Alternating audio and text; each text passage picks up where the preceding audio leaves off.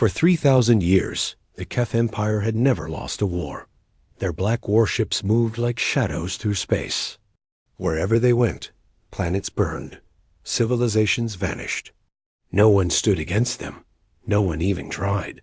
The galaxy was full of broken worlds, places where people had begged for mercy and got none. On the massive flagship Bloodstorm, Supreme Commander Vaster stood quietly. He stared at the red surface of a dying planet through the window. The Zalari people, once proud and full of life, were now gone. Their cities were ash, their voices silenced. Their planet had been turned into nothing. Another insect world cleansed, said his second-in-command, a tall warrior named Kettle. Vaster only nodded. It was always the same. The Keth were made for war. Their gray skin was like armor. Their muscles were bred by ancient science. Their weapons could turn mountains to dust. Most enemies were simple creatures who fought with weak tools and weak minds. But that day, a strange message arrived from Deep Survey Fleet 7. It was not a normal report. And what it showed would change everything. The face on the screen was from Survey Commander Juno. He looked tense, excited, and that was strange. The Keth did not get excited. Supreme Commander, Juno began. We found something strange in Sector 7749. A young species. They call themselves ... humans. Vaster leaned forward. New species were common. Most of them were useless. But this one seemed different. How many colonies? Vaster asked. 47 confirmed. Maybe more. That surprised him. Technology. Level? Primitive? About 800 years behind us. Fusion engines. Kinetic weapons. Nothing special. Vaster frowned. Any resources? Yes, some rare metals. One system with 3 planets perfect for Keth living. But there's something else. Speak. They detected our scout ship, and they responded. That made Vaster's eyes narrow. Most species didn't even know they were being watched. Show me. The screen changed. A human officer stared out from the feed. She was small and thin, her face calm, her eyes cold. She wore a blue uniform with patches on her arms. This is Admiral Yoon-ha of the Terran Defense Force, she said. We know you're watching. We know what you're planning. You think we are weak, but if you come for us, we will fight. And we will make you pay. Then the message ended. The bridge fell silent. Amusing, Vaster finally said. But inside, something felt wrong. That human, she had not begged. She had not looked afraid. She had looked ready. Kettle spoke again. Shall I prepare a standard pacification fleet? Vaster shook his head. Double it. Send 6 heavy cruisers. Full support. Kettle blinked. For such a weak species? They spread across space too fast. They adapt. They remind me of ... The Mordig. Kettle said nothing after that. 3 days later, Fleet Commander Dayon stood aboard the Starburner. His mission was clear. Destroy the humans. Every ship. Every colony. Leave no survivors. He was proud. He had won dozens of battles. He had burned ancient cities to the ground. The humans would be no different. His fleet dropped out of hyperspace. Near a human world called New Dacian. It looked peaceful. Small cities. Some orbit stations. Cargo ships flew like bugs between them. Scan for military targets. Dayon ordered.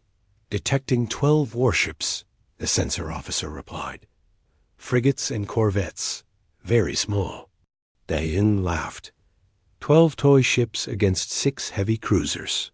Open a channel, he ordered. I want to speak to their leader.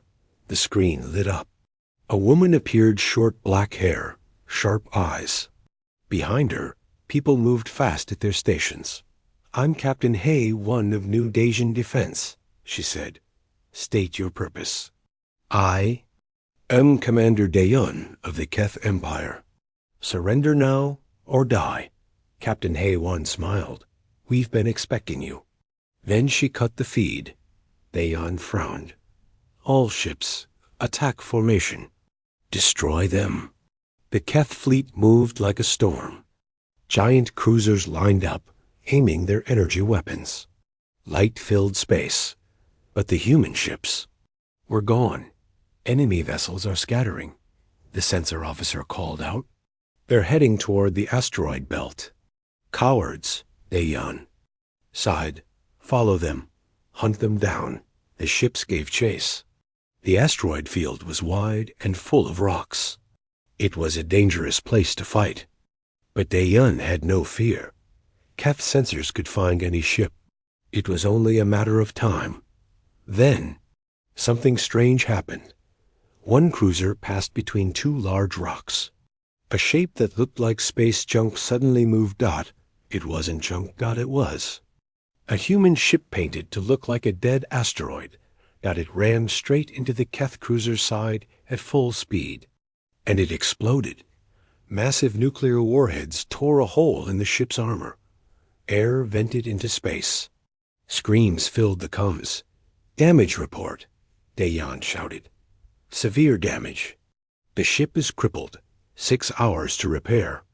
Daeun's hands tightened. One tiny human ship had almost destroyed a cruiser. It made no sense.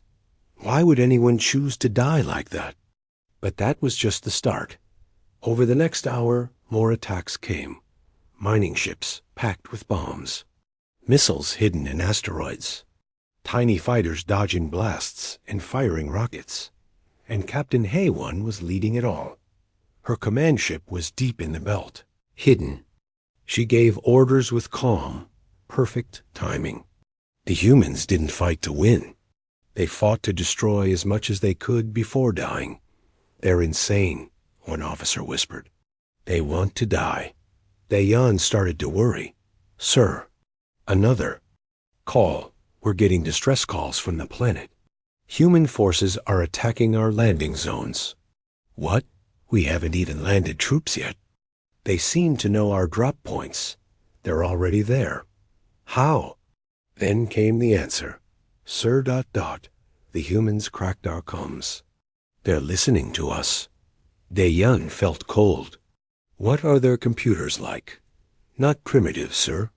Better than we thought. The humans were not just fighting. They were learning. Fast. For 3 days. The battle continued. Each time. Daeun thought he had them. The humans disappeared. Then attacked from a new place. They didn't care about dying. They just wanted to hurt the Keth. By the end of the week. All 12 human ships were gone. But the cost was terrible. 2 Keth cruisers were barely alive. A third had lost its weapons. Hundreds of Keth warriors were dead. Thousands wounded. And still, the humans had not stopped. On New Dajan, resistance. Fighters attacked supply trucks. Children served as scouts. Elders sabotaged machines. They had no army left, but still they fought. Colonel Min-jun led the human ground forces. He was a calm man. Careful, brave. His soldiers knew Keth tactics. They had trained for this. In New Baekdu City, the Keth expected victory in 1 day. Instead, they got a nightmare: street fights. Snipers on rooftops, bombs in sewers. It was chaos. They don't stop, said Keth Ground Commander Koreth. They keep fighting, even when they're wounded, even when they're dying. One report said a human jumped on a grenade to save his team. Another kept shooting after losing an arm. Daeun listened to all of it. He felt something strange inside, something he had never felt before. Fear. Then a message arrived. Humans were not just defending New Dajan.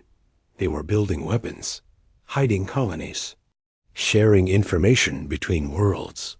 And the Keth couldn't stop it.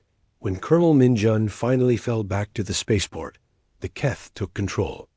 But they found no reward. The humans had destroyed everything: ships, tools, food, medical kits, gone.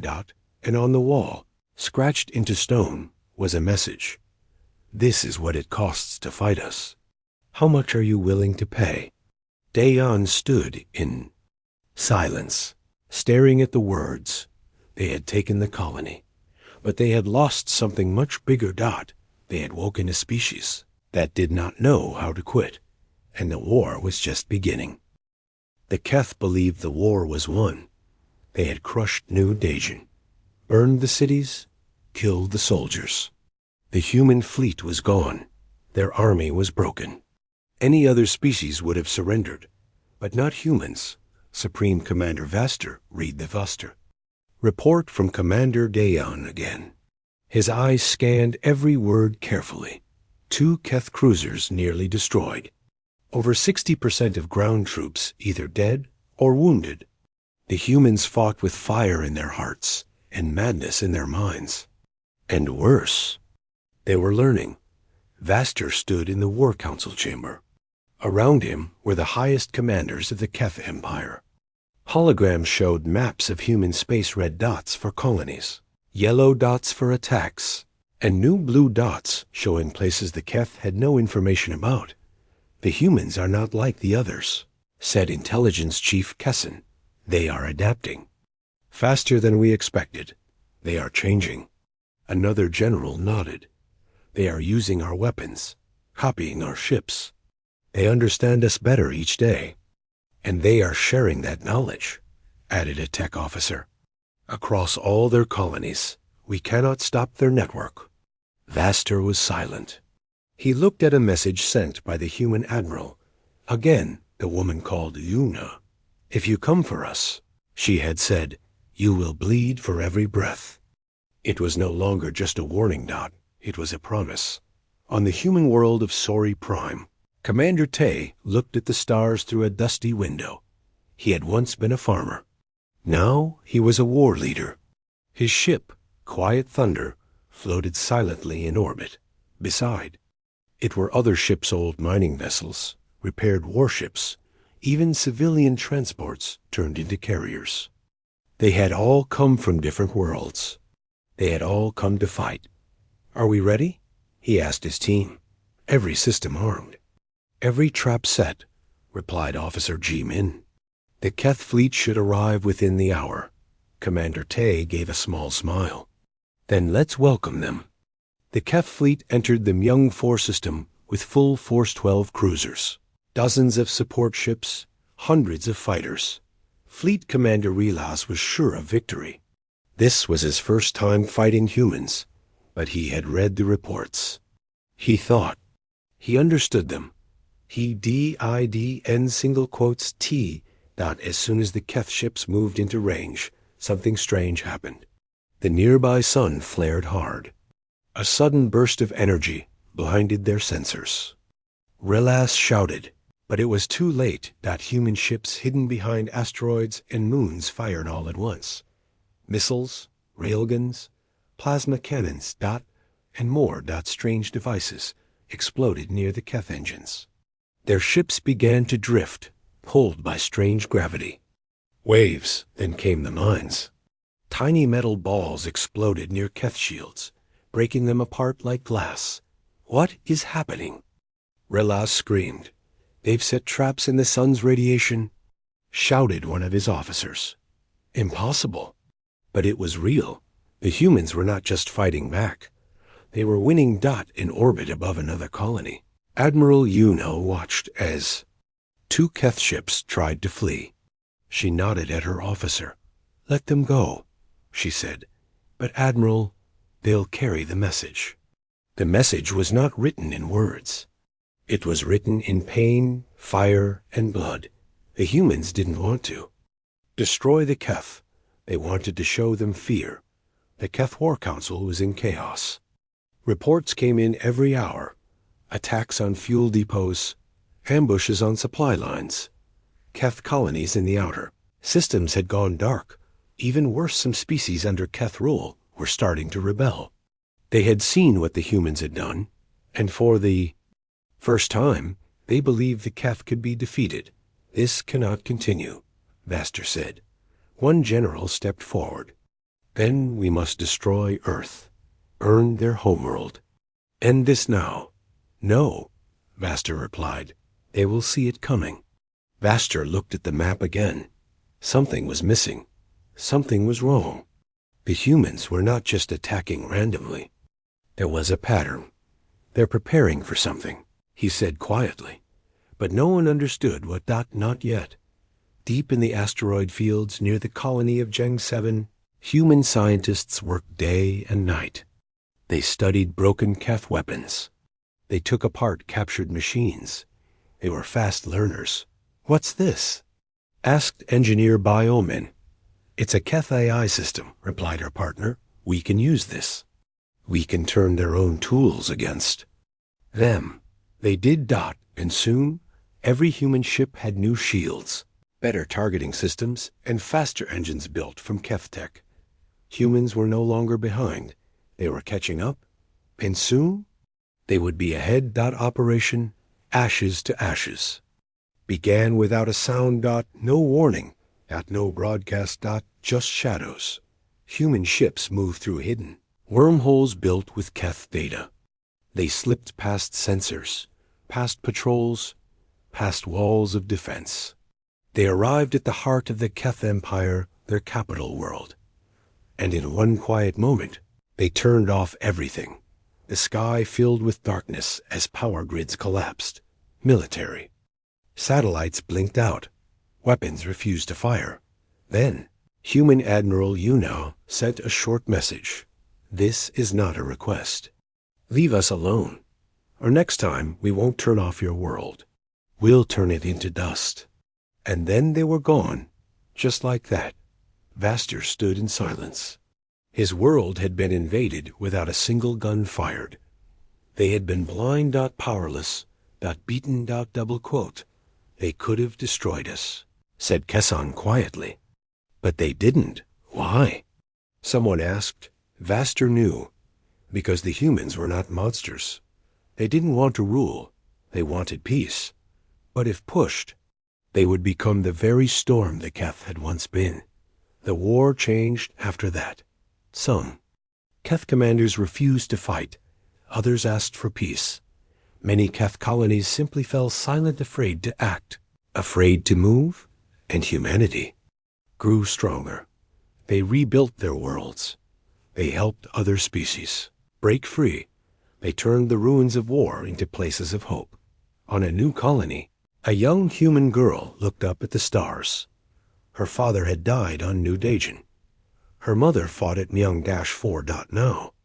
She walked in a peaceful city built with metal from broken Keth ships. Above her flew the flag of the Terran Coalition. Below it, carved into stone, were these words: We don't fight because we want to. We fight because we must. And we will never kneel. Far away, Supreme Commander Vaster looked out into space from a silent bridge. His ships were still large, his army still powerful, but he knew, deep inside, the truth. The Keth Empire had met something stronger than technology, stronger than numbers. They had met a species that refused to die quietly, a species that learned, adapted, and grew stronger with every loss. They had met humanity, and it had been their final mistake.